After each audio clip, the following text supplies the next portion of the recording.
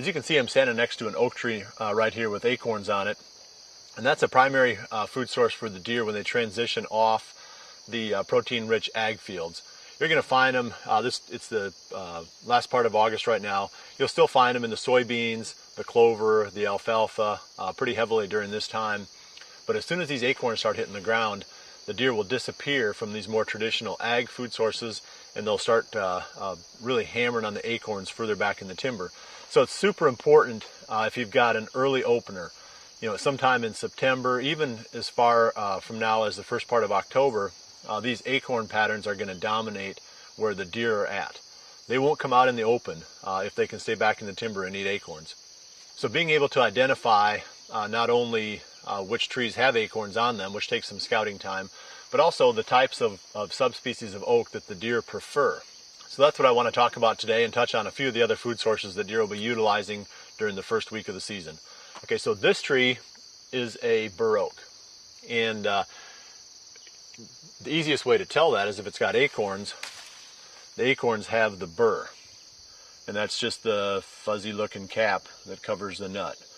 It's got the biggest leaf of any that I'm aware of in the oak family. It's got the rounded lobes, kind of a big elephant ear type of a leaf. Deer love bur oak.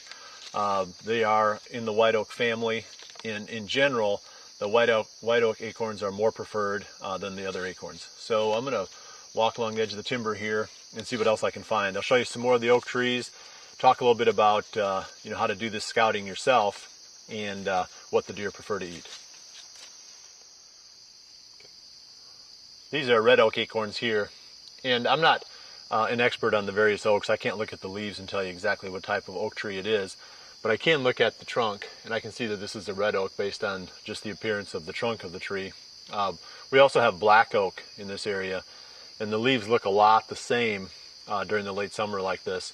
During the fall, when the leaves have changed colors, the red oaks tend to be a little bit more of a red color, and the black oaks tend to be yellow. So you can tell them apart at that time, but right now, and you can see the size of the acorn, it's smaller than the bur oak. You can see this is a lot smaller leaf with the real pointy little ridges on the ends of the lobes. So that's going to give you an indication of something that's in the red oak / black oak family. These are still acorns that the deer will eat. They're not quite as preferred as the white oaks, but I mean, they'll eat them quicker than they'll eat just about anything else. So this is a shingle oak here, and it's got a few acorns on it. If I look up into the tree, I can see some pretty good clusters up there. And I think this is what some people call a pin oak. I'm not 100% sure, but here's the leaf from the shingle oak tree. And as you can see, it looks completely different from all the other oak trees. It doesn't have any lobes at all on the leaf. It's just kind of a long oval shape. This is, like I said, it's an acorn that drops late. So it's one you might want to keep an eye on when you're scouting at this time. It might not work for you during the first week of the season, but it might be a really good spot to check out early November, late October in the area where you hunt. This is a black oak tree, and it's got quite a few acorns on it too. And some people say that this is the least preferred of all the acorns. I don't really know about that. I do know that the deer like to eat them because I've seen it happen quite often.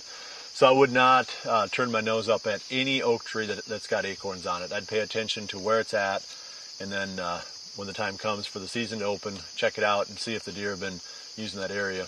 I'm pretty sure you'll find that they have. This is the leaf. Let me grab a better one here. Looks like it's a little bit bigger than the red oak, but it's got a lot of the same configuration. Again, I'll say it again.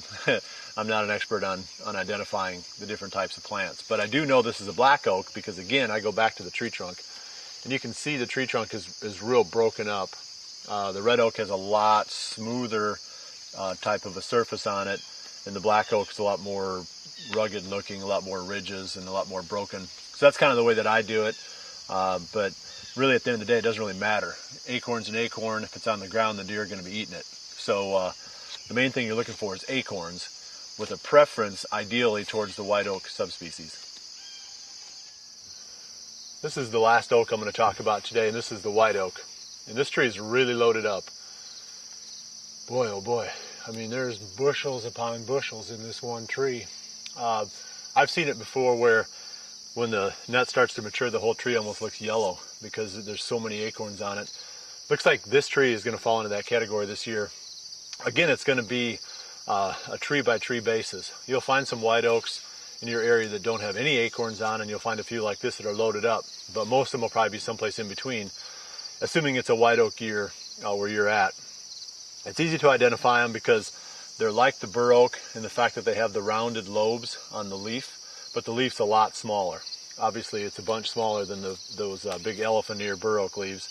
This would be a big white oak leaf, and you know, it's a lot smaller, like I said, than the bur oak. So, and also the acorn doesn't have the, you know, the big bur hat on it. You know, this one's got the more standard looking acorn cap on it. This is what the deer really want. When the white oaks are dropping, this is where the deer are going to be. They're going to be piled in underneath these trees. This tree right here would be a great spot for a stand, probably sometime around the middle of September through early part of October. And that's what we're talking about here. That's the whole focus of today's video tip, is just to kind of give you that leg up on knowing where the deer are going to be once they transition off the ag fields. Right now you can still go out and find them in the open, but that's not going to last a whole lot longer. This is where they're going to be, digging these things up off the ground. So one last thing I'm going to talk about real quick, and then we'll call it good for this week. Like I said, the deer are in the green crops right now. They're in the alfalfa and they're in the green beans. As soon as the soybeans start to change color, as soon as the leaves start turning yellow, the deer stop feeding as aggressively in the beans. Because right now they're eating the leaves. They're not eating the bean itself. That comes later, after the bean dries down, about the time when the farmers start to harvest the soybeans. That's when the deer will come back into the beans. As soon as they turn yellow, or start to turn yellow, the deer begin to move away from them.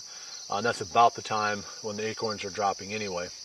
The other thing we see is more of a progression towards the corn as the kernels on the ears start to dry down and harden. They don't like the soft, mushy corn. The deer are going to wait now until the kernels start to dry down, they get dented.